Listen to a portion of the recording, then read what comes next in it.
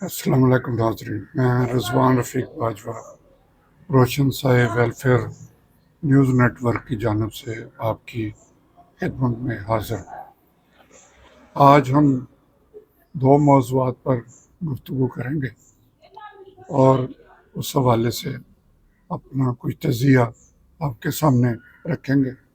امید ہے کہ آپ جو بات سنیں گے اس پہ آپ کوئی رد عمل دیں گے اور ہمیں بتائیں گے کہ ہم نے کیا اچھا کیا ہے، کیا برا کیا ہے، اور مزید ہم اسے کس طرح بہتر کر سکتے ہیں، یا ہماری باتوں میں کتنا وزن آپ سمجھتے ہیں کہ ہے۔ تو بات کچھ یوں ہے کہ سندھ حکومت نے 138 جو گاڑیاں بڑی جنہیں ڈبل کیبن کہتے ہیں، 4x4 ڈبل کیبن، وہ خریدنے کی وزیر اعلیٰ سندھ نے منظوری دے دی ہے، اور یہ گاڑیاں خریدی جا رہی ہیں اسسٹنٹ کمشنروں کے لیے۔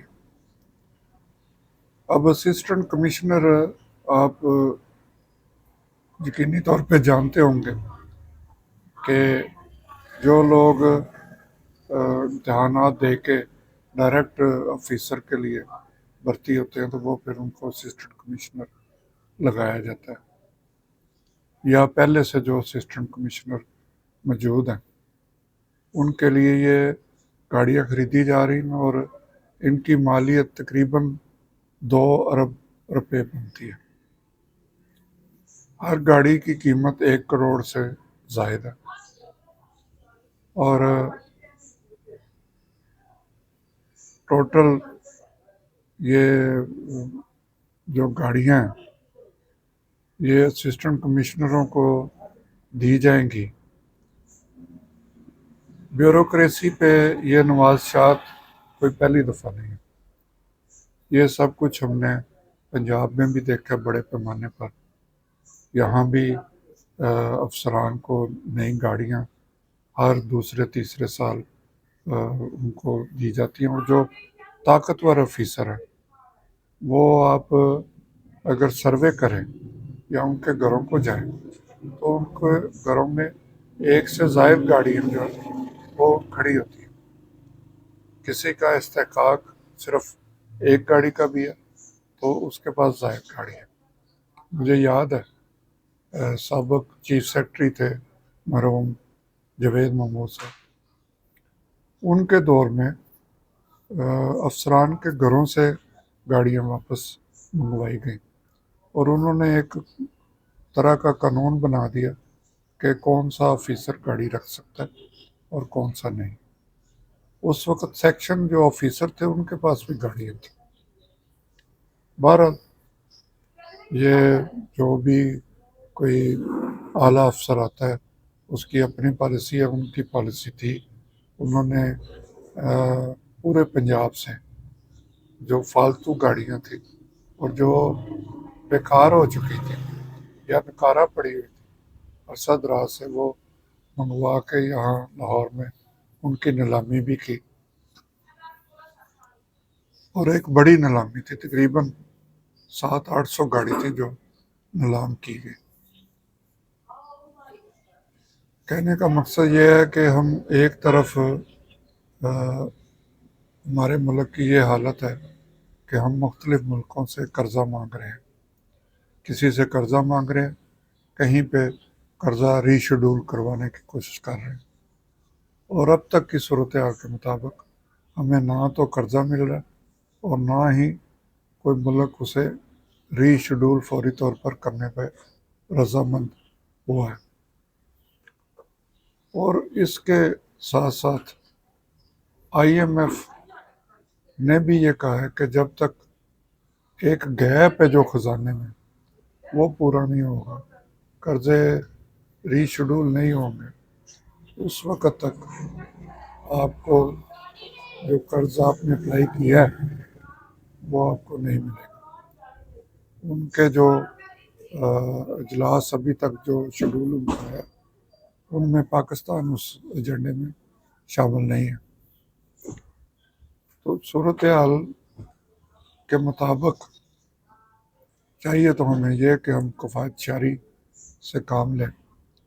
اسسٹنٹ کمشنروں کو اتنی اتنی بڑی گاڑیاں اور اتنی مہنگی گاڑیاں دینے کا کیا مقصد ہے؟ کیا انہوں نے ان کی کارکردگی بہت اعلیٰ؟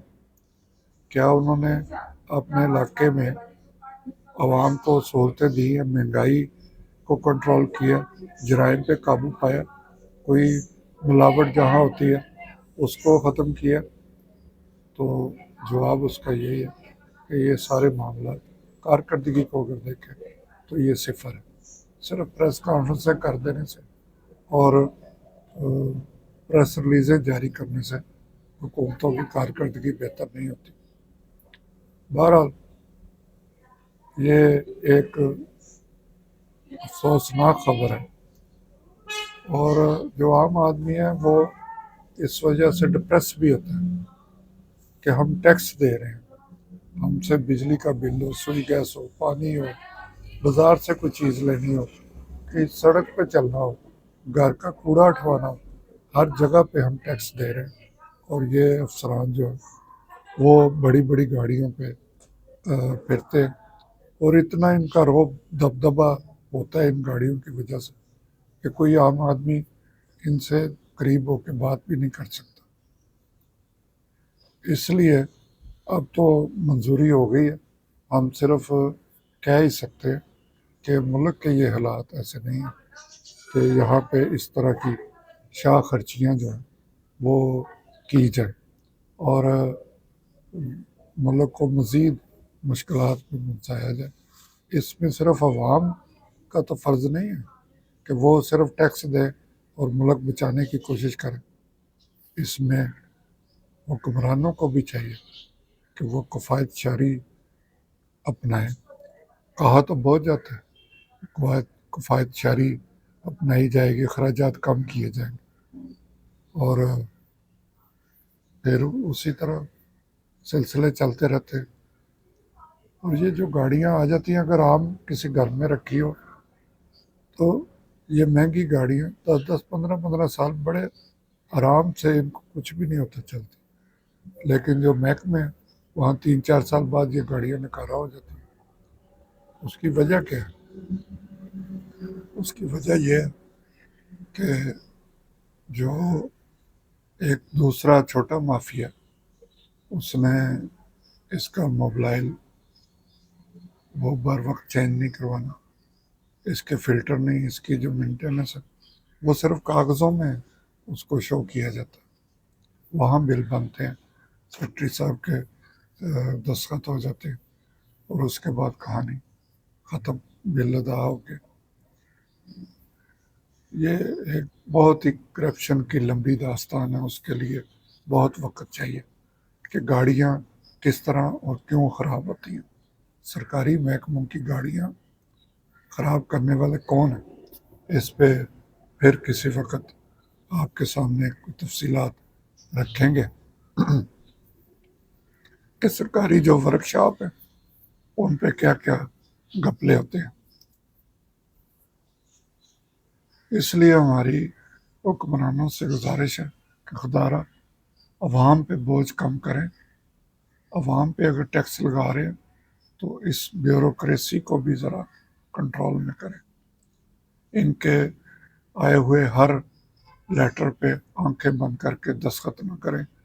ٹھیک ہے، یہ آپ کے اگر حقیقت میں دیکھا جائے یہ حکومت کے ملازم نہیں، یہ عوام کے ملازم ہوتے ہیں، لیکن کیونکہ یہ افسران ہمارے حکمرانوں کے گھروں کے کام بھی کرتے ہیں تو اس لیے ان کو کوئی نہیں پوچھ سکتا. دوسری طرف ناظرین، میاں محمد نواز شریف کے حوالے سے ایک خبر سوشل میڈیا کی زینت بنی ہوئی ہے، اور خبر کچھ یوں ہے کہ میاں صاحب کا جو لاہور میں گھر ہے جاتی امراء، وہاں کے کوئی ٹریکٹر خراب ہو گئے اور اس میں ان کو کچھ نظر آیا کہ یہ ٹریکٹر بار بار کیوں خراب ہو رہے ہیں. انہوں نے ایک کمیٹی تشکیل دے دی ہے جو اس بات کا اس کے نتائج بتائے گی کمیٹی کی جو رپورٹ ہوگی کہ یہ ٹریکٹر خراب کیوں ہو رہے ہیں. جس طرح سرکاری میں نے بتایا کہ سرکاری گاڑیوں کے سرکاری ورکشاپوں میں کیا دھندا ان کے ساتھ کیا جاتا ہے، اسی طرح ظاہر ہے ایک بہت بڑی اسٹیٹ ہے، وہاں بہت گاڑیاں ہوں گی، ان کے لیے کوئی اسپیشل ورکشاپ ہوگی، تو وہاں بھی ایک اسی طرح کا دھندا چل رہا ہے جو ٹریکٹر جو ہیں وہ بار بار خراب ہو رہے ہیں. لوگ اس پہ تنقید کر رہے ہیں کہ جی میاں نواز شریف اب ان کی حیثیت اتنی رہ گئی ہے کہ وہ اپنے گھر کی زمینوں اور ٹریکٹروں کو ٹھیک کرواتے پھر رہے. لیکن میں ذرا تھوڑا سا الگ اس حوالے سے سوچتا ہوں کہ میاں نواز شریف ٹھیک ہے 3 بار وزیر اعظم رہے ہیں، لیکن وہ ہیں تو انسان ہی اور ایک گھر کے سربراہ بھی ہیں، اور انہوں نے اگر گھر کی کوئی چیز کی خرابی کی نشاندہی پہ کوئی ایکشن لیا تو اس پہ اتنا حیران و پریشان ہونے کی ضرورت نہیں ہے. یہ ان کا فرض ہے کہ انہوں نے اپنے گھر پہ بھی کڑی نظر رکھی ہوئی ہے، اور مجھے خوشی ہے کہ وہ اپنے گھر میں ہونے والی کرپشن پہ ایکشن لے رہے ہیں. اور یقینی طور پہ یہ جو کمیٹی بنائی ہے، اب مجھے نہیں پتا کہ وہ کس کی سربراہی میں، وہ کس سرکاری افسران ہیں یا گھر کے جو مینیجرز وغیرہ ان پر مشتمل یہ کمیٹی ہے، لیکن یقینی طور پر ان کا یہ ایک اچھا فیصلہ ہے کہ انہوں نے اپنے گھر سے کرپشن کو ختم کرنے کا تہیہ کر لیا. اور اسی طرح جب یہ کمیٹی کی رپورٹ آئے گی تو کئی اور معاملات بھی کھلیں گے کہ کہاں کہاں کرپشن ہو رہی ہے. ایک بہت بڑی اسٹیٹ پہ بہت سے ملازم ہوتے ہیں اور وہ وہاں پہ کیا دھندے کر رہے ہیں یہ اب انتظار کرنا پڑے گا. یہ اس خبر کے جو مطابق جو کمیٹی ہے اس کی حتمی رپورٹ اگر باہر آئی تو یقینی طور پر ہم آپ کو دوبارہ آگاہ کریں گے. لیکن مجھے یہ خوشی ہے کہ نواز شریف اس ملک کے سابق وزیر اعظم انہوں نے اپنے گھر میں ہونے والی کرپشن پہ ہاتھ ڈالا اور اس کو ختم کرنے کا تہیہ کیا. یہ کوئی چھوٹی بات نہیں ہے.